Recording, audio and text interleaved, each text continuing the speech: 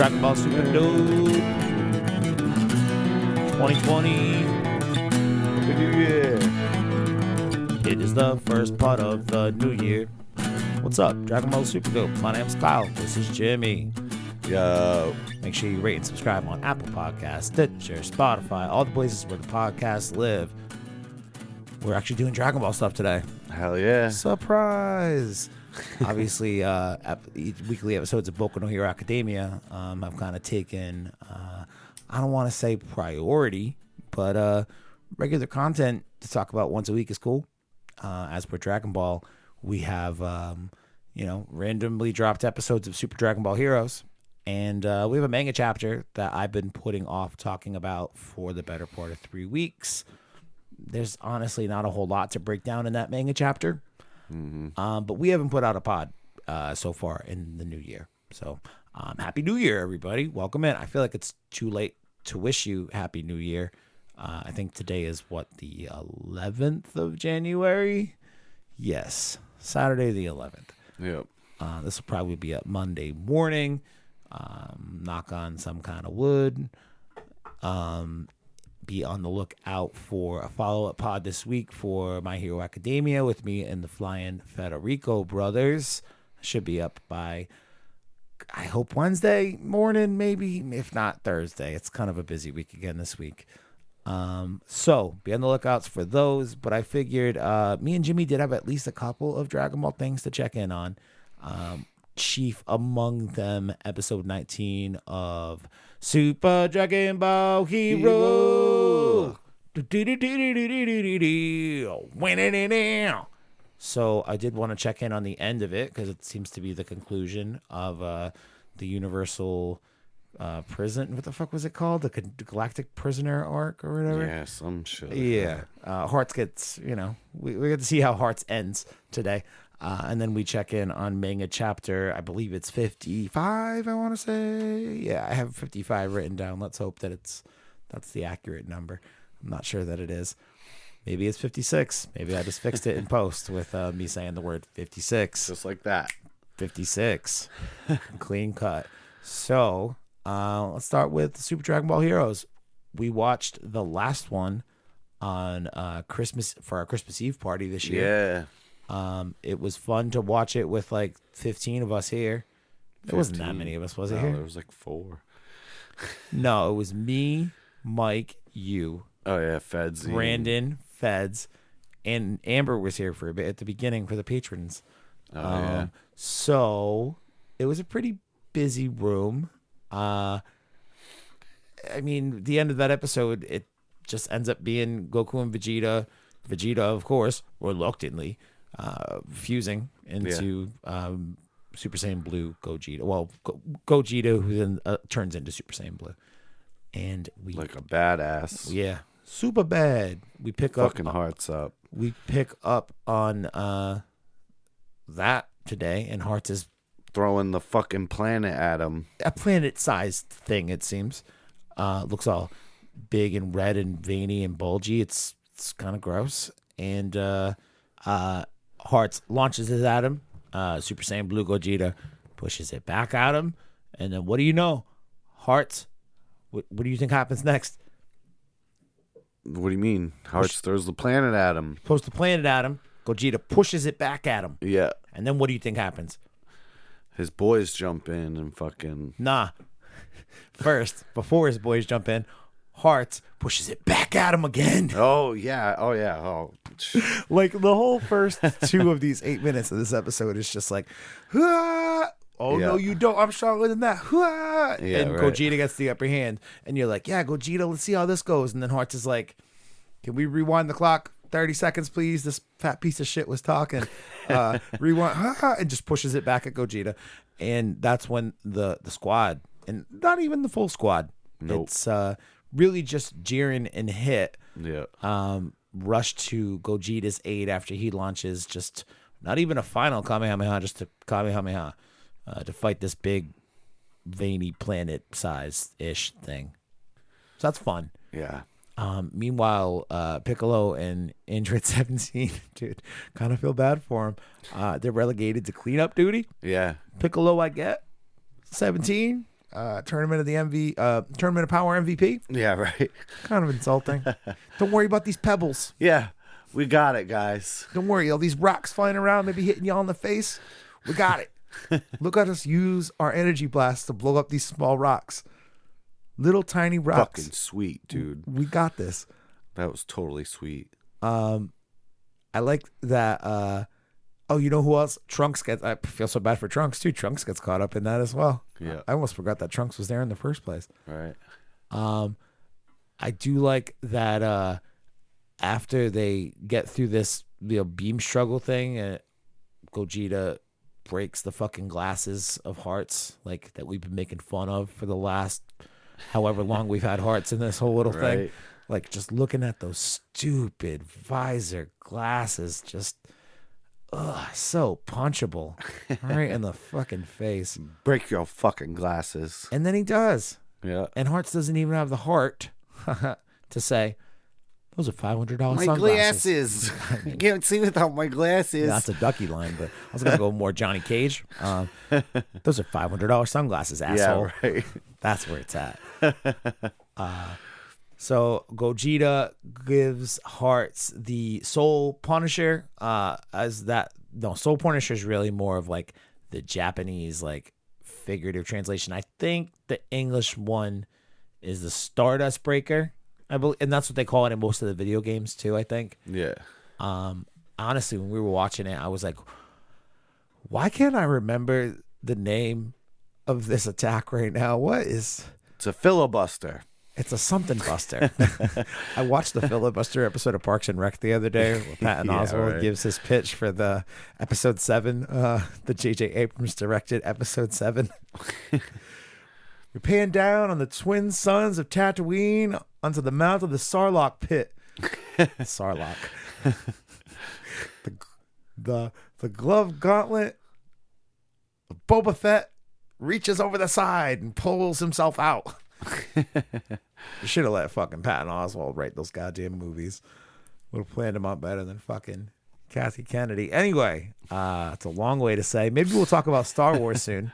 We should. We really should. We should do Clone Wars. Well, yeah. I mean, I'm all about watching Clone Wars. I'm not doing a Clone Wars podcast. Look at me. Do I look like I have the capacity for a Clone Wars podcast? There's so much. One of our many listeners out there. Why don't you fucking make a Clone Wars podcast? And then I'll be your executive producer. All right. I'll give you advice on how to exude the virtues of Super Dope through your podcasting medium. I'll give you lessons and shit. Podcast guru. I mean, ask Joey B, man. Joey B came to me for podcast advice last week, and I was like, oh, here's what you need to do. And he's like, wow, that's a lot of stuff. Yeah. Haven't heard from Joey B since. I think I overwhelmed his brain. He's like, wow, you're really into this. I'm like, dude, I think about podcasts all day. It's terrible. I don't mean to. I don't want to sometimes, but I just do. I probably listen to like at least 5 podcasts a day. Yeah. I mean, sometimes less. I don't think I listen to any podcasts on Thursday. Went to work and did my job. Like this week or like Thursdays in general? Do you just take a break on Thursdays? No, just this past Thursday for whatever reason. I was really busy and I only had time to listen to like maybe say 3 podcasts. Oh, jeez. Yep. Anyway. That's a light day. Yeah, pretty light. What fucking shit are you strolling through? I mean, I listen to 2 daily news podcasts in the morning. I usually have like 3 different politics podcasts I listen to throughout the week. Oh my God, you're such terrible, dude. I'm listening to Office Ladies podcast. That's a pretty good pod. I got a couple of the Kevin Smith podcasts that I listen to. Obviously, the podcasts that I produce, I don't like listen to, but I do have to listen to. Yeah, man, I got a lot of stuff. I got a couple like audio documentary pods that I check out. But like those are more like binge stuff, you know? Yeah, I think about pods a lot. No anime pods except for yourself. No, and you know why? That's very much intentional for the most part. Why? You don't want to copy what someone else is doing? Exactly. OC over here. I mean, not even that. What we do isn't particularly original. We're talking about an episode of something that a million other people, if you go on YouTube and look up episode 19 of Super Dragon Ball Heroes, you'll get a subversion of this episode, but you'll also get a bunch of jagoffs doing reaction videos to it. All right. And we are one of those jagoffs just of the podcast medium, not YouTube. There are other, Dragon Ballers. They do a lot. Basically what we do, they talk about these things in depth, go through a synopsis, but me and JD are very different people, and that's why it's okay to have more than one anime podcast. But that said, I think I don't need my own views and opinions influenced any more than they already are by other things. I don't need to steal anybody else's take, even if it's accidentally. I'm not into it. But that doesn't mean that those aren't good podcasts to listen to. There's a lot of good anime podcasts out there. And if you're on an anime podcast or you know of an anime podcast that we should be doing some kind of crossover promotion stuff with, let me know. Email me, dbsuperdope@gmail.com. Big goal for 2020 in Superdope. Obviously grow listenership. I got MJ working with me on social media promotional stuff this year now, which is nice to have, but she's going to be working on social stuff, but I'd like to do more crossovers with other shows. So if you know Oscar, I'm looking at you, you podcast whoer. If you know other anime podcasts that I should be trying to maybe do a guest spot on, let me know. You don't want them do guest spots here, or you do it there? Yeah, we'll do it both ways. Yeah. Oh yeah, we always do it both ways. Yeah, we go both ways. We give and receive. Yeah. With pitching and catching. Reciprocity is the key to the game, baby. Anyway, Gogeta spirit, but what the fuck's he do? Soul punishes, Stardust breaks his asshole open. Yep, book me on your podcast. Gives him the fucking death punch, the fucking disintegration punch. The Stardust breaks his head wide the fuck open. And a lot of people on Twitter this week were like, yo, how you gonna do me like this? Toei, how you gonna make Hearts cool in the last 10 seconds that he's a character? So his whole thing that as he's about to fade away is he's like, man, that's amazing. You transcended your limits yet again and you managed to defeat me. He's like, tell you what though, you're not my enemy. I'm just trying to kill that Xeno guy. That Xeno guy's a real problem. He could just kill you all on a whim, just blinks and boom, you're gone. I want to fight for your protection for that. I don't want that to happen to you. And I'm like, oh, damn, Hearts. Why didn't you bring this shit from the jump? This is way more interesting now. Yeah, them little kids playing hide and seek. Yeah, I've just been making fun of your Eurotrash looking ass. And now you're all gold with like a weird white X thing going through your butt. Like, ugh. He was so much of nothing until the last, 10 fucking seconds that he's alive. And a lot of people on anime Twitter were very upset about that. But rest assured, now that he's been a character in the Dragon Ball, I almost said canon. Woof. I have a lot of angry motherfuckers tweeting me if I said that. Now that he's been in Dragon Ball media, don't worry. I'm sure that Hearts will be around for years and years to come. Yeah. Much in the same vein of people like fucking Toa and Mira and Demigra and fucking weird limited media I won't say exclusive, but like limited media appearance characters characters like that. So long, Hearts. That's all I got to say about that. Peace. And then you just got knocked the fuck out. We did, yeah. Oh, you meant Narts. Yeah. Well, I like that his glasses got knocked the fuck out first. Yeah. Those were really dumb glasses. If you wear a pair of glasses like that in real life, yes, I'm talking to you, Mr. Listener, don't wear those anymore. And I can say that because I wore sunglasses like that for a stretch of time myself between the ages of, say, 19 and 21. I definitely have some pictures of me rocking some terrible sunglasses at URI, thinking that I was the shit. Anyway. Yep. Don't wear sunglasses like that. You look like a jerk. Yeah. You want to look like a jagweed? No, you don't. Hearts is defeated.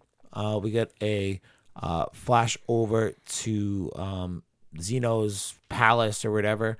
The Grand Priest is outside. And he's like, oh, all right, cool. Everything's fine now. Great. And then he walks back inside, and the Xenos are counting to 100 and playing hide and seek with Champa and Beerus. Poor Champa and Beerus. Somebody got to entertain the kids, right? Yeah, right. If he'd have known that, if they'd have known, because there is two of them, if the Xenos had known that Hearts was out here trying to, start an uprising, overthrow the children-headed patriarchy, it would really Blinked it out of the fucking universe. Yeah, the fucking snap. He just would have been really upset. Be out of here. Even beforehand, it would have put him in a terrible mood, I imagine, and just not into that. So, Champa and Beerus do the honorable thing and play hide and seek. We get the reunion of the fighters back on Earth afterwards. His job is done because he's a true professional, consummate professional. He is the Mr. Pink of this group. Oh, yeah. Hit's job is done. He's like, all right, I'm out of here. And Jiren says, hey, what's up, boys? If you could fuse, why didn't you do it during the Tournament of Power? Wouldn't that have been the appropriate time for you to do this, given, everything was on the line? And they split apart just in time for Vegeta to deliver his good old line of, I fucking hate fusing with this guy. He's a dickhead. I don't like him. And he's annoying. And it's hurtful to my pride and my ego. And his parents were trash. And I am not trash. And I hate trash. I take the trash out. I do not fuse with it. Except for when I did. I just wish that they would let that go already. I get it. The hating each other thing? No, the hate and fusion thing. Fusion. Saying pride. Vegito. I need you to fucking beat this motherfucker. Patara earrings with Vegito. Okay, first time fusion. Trash. Yes, I understand the reluctance to do it, especially back then, given the permanence that it was supposedly had. Gogeta, Fusion Reborn. What was that, movie 12, I think? Was that movie 12? Yeah, movie 12. Same trope. They fucking don't want to fuse, or Vegeta doesn't want to fuse because he's got his pride, blah, blah, blah. They did it again in the Broly movie. I know that they had an allusion to it when they went to Super Vegito Blue. How much Vegeta... Like, let the joke die. Right? Please. It's like the fifth fucking time now. Just let it go. Now, that's the end of the Galactic Prisoner arc for Super Dragon Ball Heroes.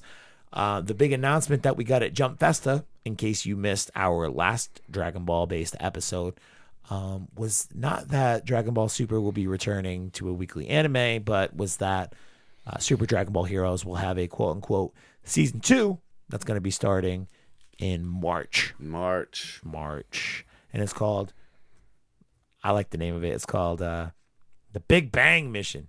Yeah. Big Bang. Trying not to go too crazy with my B's on the explosives, but the Big Bang Mission. Big Bang, Dick, Little Bang. What'd you say? Big Bang, Dick, Little Bang? No. I don't know what he really says, but it's something that is in a song. Is it a Lil Dicky song? No. I think it's Tyga. You are a wealth of random shit that I'd never expect you to know. You really are. Anyway, Super Dragon Ball Heroes Big Bang Mission, March 2020. And then they also said that they're going to be streaming something else in February about the Time Patrol, which coincidentally is going to be featuring. It's going to be a fucking Time Patrol? Well, yeah, it's going to be probably more of a Xeno Trunks based story.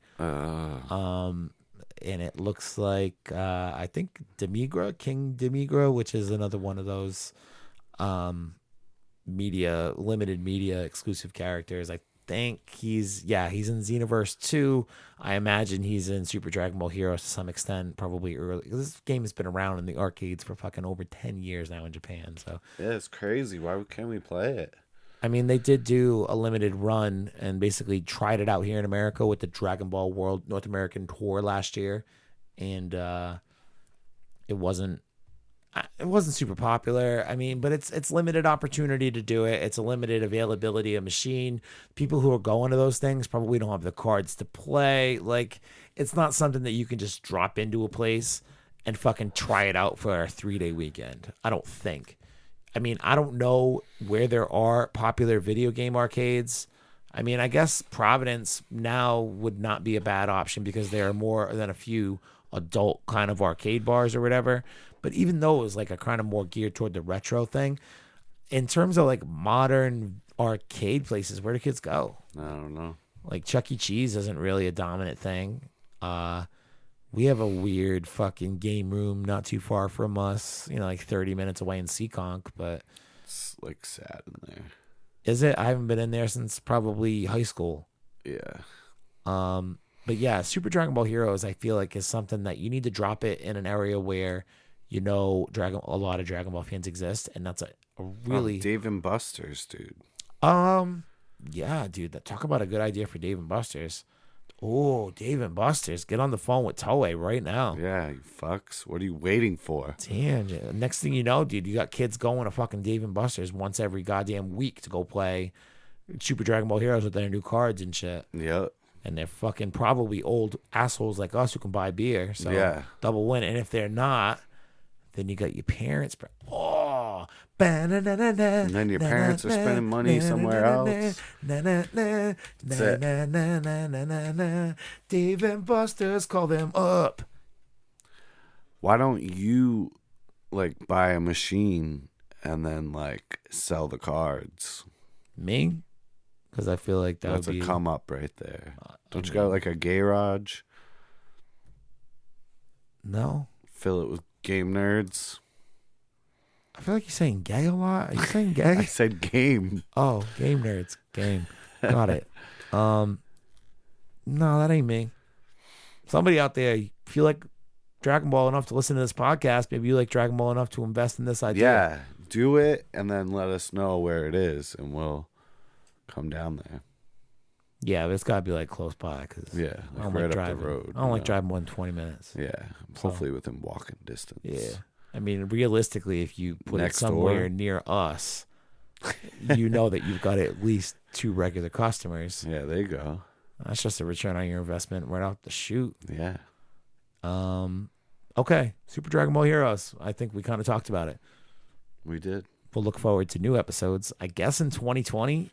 I guess in February of 2020, but also season 2, quote unquote, will be... Said March. I thought you March. said that was the last episode. It was. So March is when season 2 will pick up, but they're doing some weird February thing as an interim with King Demigra and Trunks, and it looks that's what you were talking like about. actual characters from fucking the video game. So, we'll see what happens. Super Dragon Ball Heroes is all we got to hold us over, and GD isn't terrible.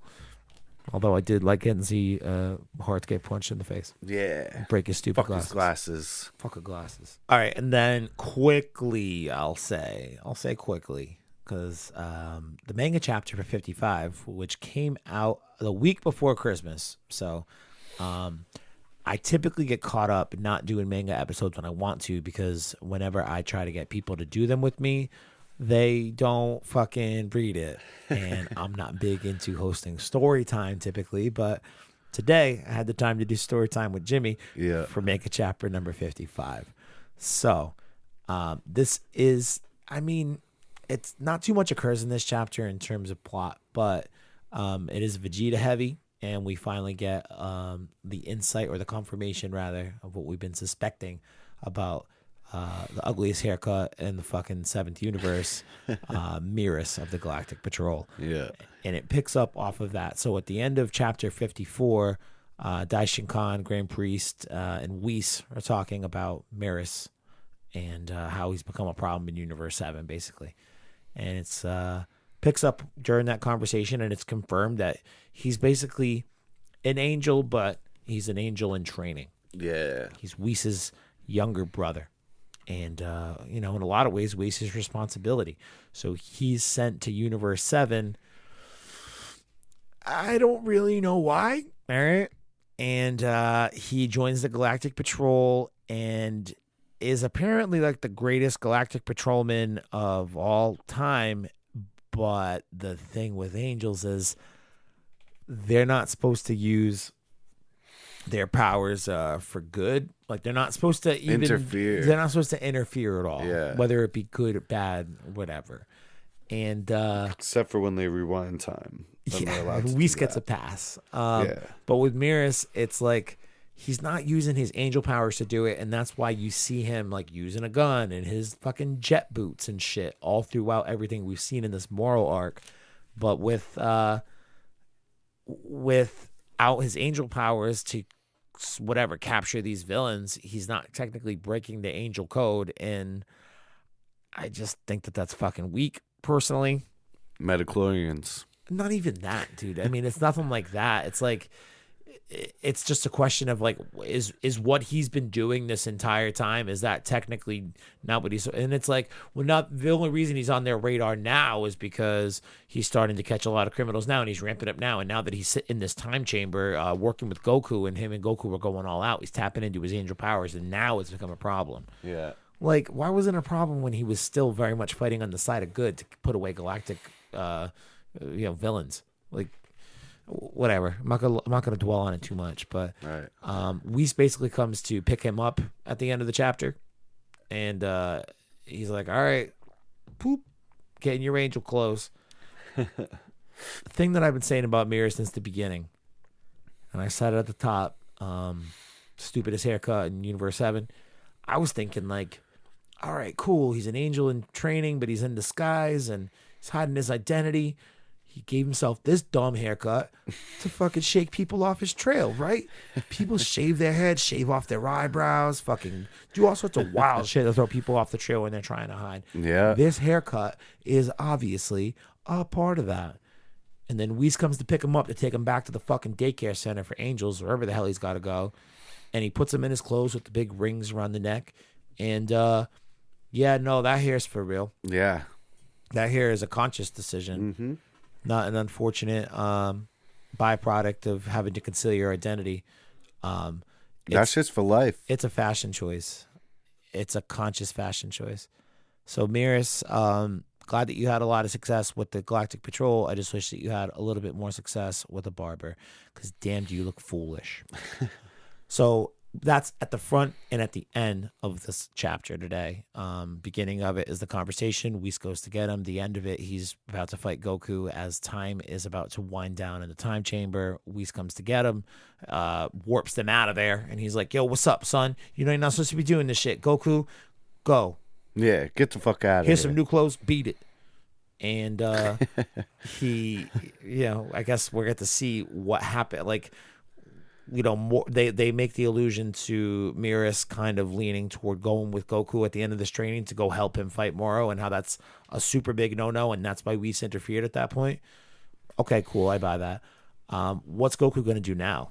All right, that's kind of the question at the end of the chapter. But that's the front and the end. And the middle is this whole Vegeta on Planet Yardrat part. Yeah. And it's a super action-heavy chapter. Really not much happens in this section of it, outside of some pretty cool battle visuals. Yeah. Basically, some Vegeta fights. Some more Always Moros dudes end up on Yardrat, and they're like, "Hey, we're gonna fuck this place up," and Vegeta's like, "Not today." And he's like, "Smash!" And then they're like, "Oh, let me throw a building at you." Yeah. Vegeta shows off his new Yardrat powers. And like, it's nothing specific, because like the whole point of him going to Yardrat was to learn technique. So like, everyone's been hedging bets. Like, he's gonna learn instantaneous movement. He's gonna learn teleportation, or what are these other things that he could potentially learn from the Yardrats? Everything that we see him do in this fight today, it's just like kicks. Yeah, like this dude. It's like a very It's I don't want to say it's a ripoff, but I assume it's somebody of Zarbon's race, I guess, who, is like this proper looking kind of dude, and then it transforms into this big ugly beast monster and has a fucking enormous strength. He was picking up full buildings and just throwing them at Vegeta, and Vegeta's just like flicking them off with his wrist. It's the best. But again, it's just kind of underlining how strong Vegeta is with, I don't think it's his strength, but I think it's his quote unquote spirit, ability to manipulate his spirit energy or whatever, which is, spirit's like ki, but ki's not spirit, but ki is spirit. And whatever. Vegeta's been undergoing this training now for however long It's there. like different kind of key. Yeah. Spirit key. I need a second bar for that, okay? I use my regular key for some moves. Yes. I use my spirit key for other moves. Slightly different color on the second bar. So he puts these dudes to shame. However, the whole entire point of them coming to Yardrat basically was just to be like, hey, what's up? We're not even really interested in y'all. We are going to this planet called Earth, though. And Vegeta's like, oh, no, Earth. I live there. He says that with his face, pretty much just his face. And the dude goes, hey, I'm looking at just your face right now, and it says that you're from there. We're going to fuck up your house, and you're not going to have a house to live in anymore. And if you know Vegeta, you go back to movie 13, Wrath of the Dragon, when Vegeta comes in with like 15 minutes left to go in the movie, because like the whole movie, you're just sitting around saying, Vegeta really likes his house. No. You're just sitting around saying the whole time, hey, where the fuck is Vegeta at? It'd be really helpful if Vegeta was here. And then Hirudegarn just fucking steps on a building and Vegeta just blasts him from out of nowhere. He's like, motherfucker, that's my house. You know Vegeta really likes his house. Yeah, It's right. a really long way to say that. So this Zarbon ripoff looking motherfucker in his ugly, strong form, hurling buildings to no avail. He threatening to go defeat the Earth or eat the Earth, or Moro doing it. Doesn't sit well with Vegeta. This guy also had some kind of telekinetic ability, which helped him throw the buildings. He tries to hit him with a spaceship, a la like Frieza spaceship style. He puts extra energy into it to harden it. I don't know. It's a really minor detail, I guess, but I just thought it was interesting that they made the differentiation on why throwing a spaceship at anybody, whether it's Vegeta or not, how it can be more dangerous than just a regular old spaceship. It's a spaceship hardened. Yeah, with filled energy. up with his fucking spirit love. But spirit love. His karma. His fucking Reddit points. You are. I wish I knew more about Reddit. One thing I wish they did give Vegeta at the end of this chapter is this dude. Oh, what happens? Vegeta fucking delivers a huge fucking blow and knocks this guy the fuck out. And then he goes to escape. Right, and he kills him, right? He doesn't kill him. No, what happens? So this Zarbon knockoff motherfucker throws the spaceship, again, hardened with energy. And he's like moving it telekinetically through the air, trying to hit Vegeta with it, whatever. And it just like flies off, I guess. Like, I don't fucking know. Because it goes out of frame. And all this information about Moro really going to target the Earth is when all of that is exchanged. And then he's like, anyway, peace, motherfucker. Because Vegeta's like, all right, I'll let you live, but I got to turn you over to the Galactic Patrol. That's where I was like, Toyotaro, strike one. Vegeta don't fucking negotiate. Vegeta kills a motherfucker, especially after they just made a threat on the Earth like that. Right. Vegeta don't negotiate. Vegeta kills a motherfucker. So that's strike one for Toyotaro, right, and Vegeta right there. Strike two happens just like on the next fucking page when this dude's like, turn myself into the cops. Yeah, right. Peace. And he hops on top of his buddy's, like, whatever, fucking flying van car thing. And he's on the roof. And Vegeta holds his arm up to go blast it out of the air. And I'm like, fuck yeah, Vegeta. Kill that piece of shit like you just failed to do last page. And then all of a sudden that spaceship, hardened by energy, comes flying in out of nowhere and just smashes it and destroys everybody. And Vegeta's like, huh, he killed himself. I'm like, dude, what the fuck, Toyotaro? You don't care.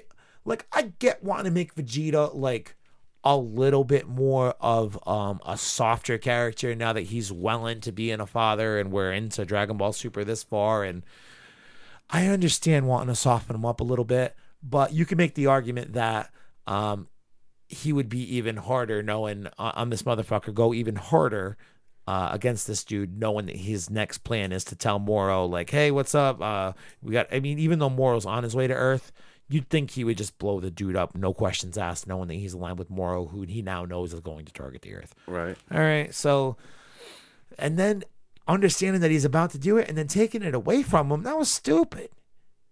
I get that he almost gave it to me and he was about to, but he's like, no, Vegeta's a nice guy now. No, the fuck he isn't. Han Solo shot first. Dude, I literally felt like one of those moments to me, minus the fact that, this isn't a moment that has been in cinema history since 1977. This is the first interpretation of it. It's not going to be updated a million fucking times. Yeah, right. McConkie. It's not going to have that shit. So, I don't know. I just felt like he should have shot first, but he didn't shoot at all because it was conveniently taken care of by a magical ship hardened with energy. That ship was wicked hard. Hot as fuck, though. Hot as steel. Fucking hot. All right, so that's manga chapter 55. We talked about Super Dragon Ball Heroes, episode 19. Season 2, quote unquote, will start in March 2020. Be on the lookout for that. Dragon Ball Z Kakarot next Thursday. We will be purchasing it. We'll be playing it next week. Maybe I'll make Feds figure out. I don't know. One of these days we'll have some kind of video game streaming thing. Yeah. I don't know how things work. You only have Xbox or you have PlayStation 2? I just have Xbox. I mean, I have a PlayStation 2. No, not like I meant. I don't have a PlayStation as well. Yeah. I don't have a PlayStation 4. I have an Xbox One, and that's it. I like Xbox One better, but I want to get the online, and I'm gonna buy that game because legitimately, I've been poor for like almost 4 weeks. I haven't worked a fucking full week, and like finally I did. You should be thankful that global warming's a thing. No, it was like holidays and fucking waking up late and shit. Not feeling like going. Ain't nobody caring about that poverty, man. That's some lazy poverty, baby. But if you want to help Jimmy buy his own copy of Dragon Ball Z Kakarot, you can go to patreon.com/Dragon Ball Super Dope. All one word.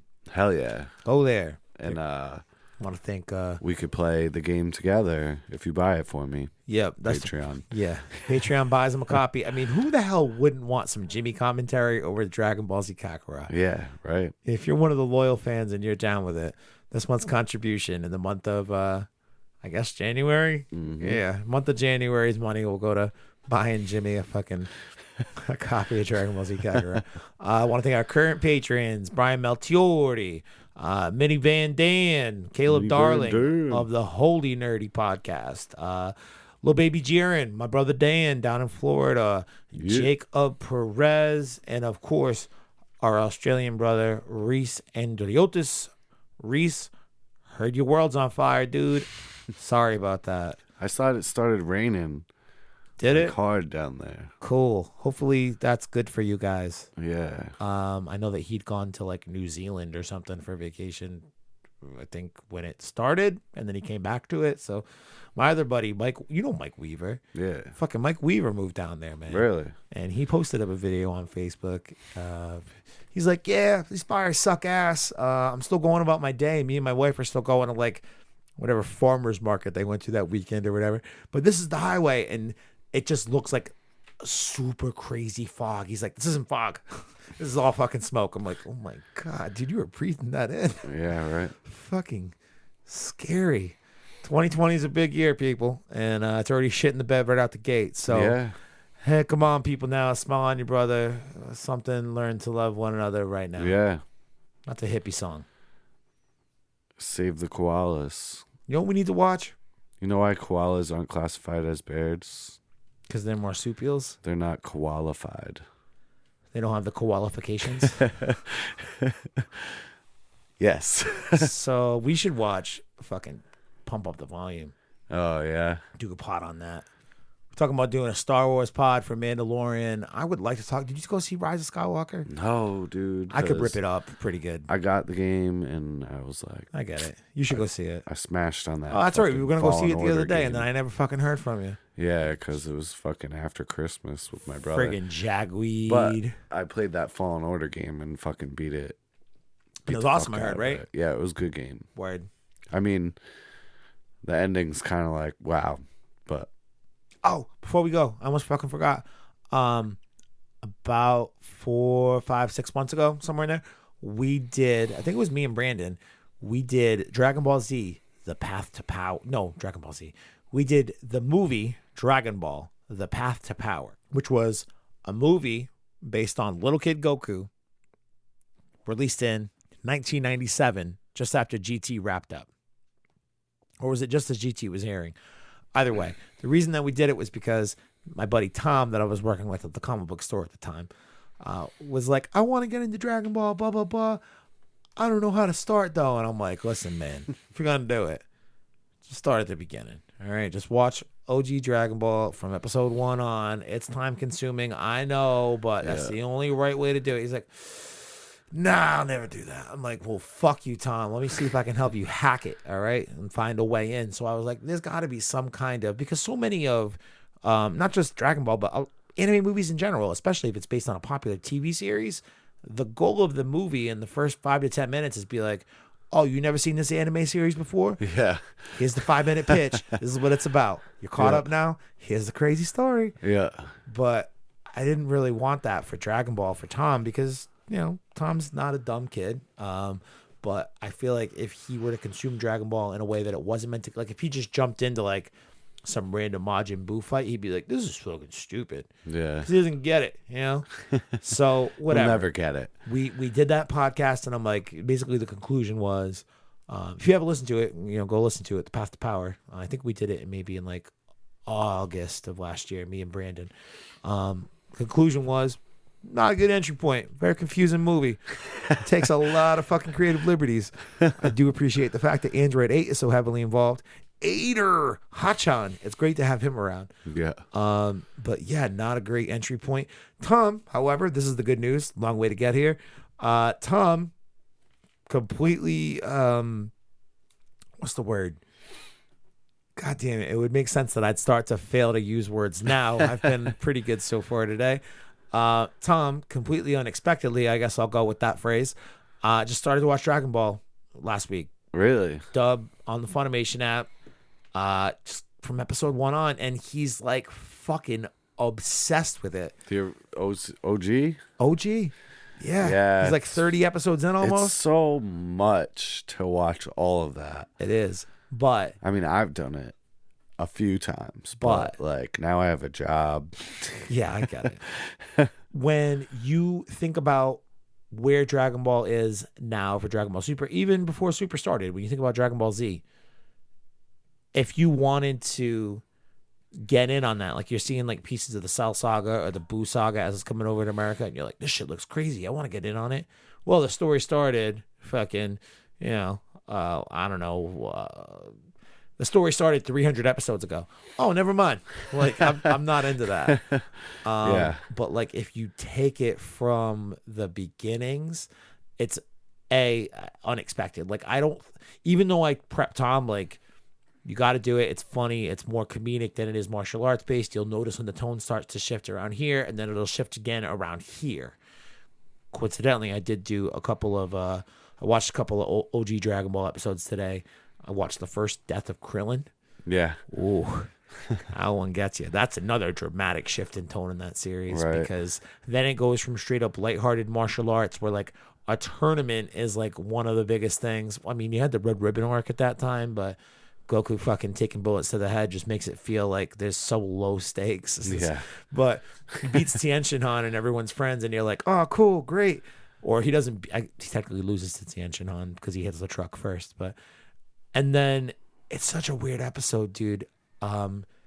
He forgets the power pole in his 4-star Dragon Ball, and he's like, Krillin's like, oh, I'll go get it for you. I know where you left it at the stadium. Don't worry. And like the long reaction shots of everybody as Krillin runs away laughing in his suit to go get Goku's thing, and Goku just knows something's about to go down. And then when he finds him and he holds his body, and I'm like, yo, this is some heavy shit. Talk about a tonal shift in a show. Oh my God. Whew. And then it happens again when it switches from mythical martial arts adventure to mystical martial arts adventure to straight up sci-fi shit when Dragon Ball Z happens. Yeah. Tom, anyway, welcome aboard, baby. Hell yeah. Yeah. Hope you didn't listen to this podcast and have me ruin episode 101. It's such a turn, dude. Jeez. Because like I didn't watch Dragon Ball all the way through the first series until I think I was 23. Yeah. I'd read all the comics, I knew the story, but I never watched it because I'd already read it. I had all the fucking comic book. I have them in that box over there when Viz was bringing them in. individual before they moved. Eventually, they moved to just graphic novel status. But I never watched it. But I remember when I first watched that episode, I remember exactly where I was sitting on my bed, which apartment I was sitting in, and my apartment on fucking Mount Hope Avenue, and I was like, wow. Everyone always makes such a big deal about Krillin getting killed by Frieza and Namek, but this is way worse. Oh my God. Anyway, if you don't like the OG Dragon Ball, you're a damn idiot. And that's all for me today. Make sure you rate and subscribe. Apple Podcasts, Stitcher, Spotify, wherever you listen to podcasts. If you can leave us a review on Apple Podcasts, that means a lot. 2020, we have a lot of aggressive goals. It would really mean the world to me if you could help us get started on the right foot by leaving a 5-star review and whatever encouraging words that you want to leave to sell people to listen to this, sometimes dumpster fire of a show. Hell yeah. Sometimes it's a little more composed. I feel like today wasn't awful. Yeah. It was nice. Imagine if Dan was here with you, though. You and Dan, man, never again. Not unless we have one buffer between you. Yeah. I went and hung out with Mike earlier this week. I was like, if we do a Mandalorian one, I know that Dan and Jimmy both want in, but you have to do it too, because I can't keep them separated by myself. It's just too much. All right, we'll be on the lookout for the My Hero Academia episode. Me and the Flying Federico brothers will be doing 75 and 76 tomorrow afternoon. Look for that on hopefully Wednesday morning, if not Thursday, in which case I'm apologizing now. If you want to leave us a voicemail, 401-213-9596. Instagram at DBSuperDope, Twitter at DBSuperDope1. We don't do Facebook because that's for old people and Nazis.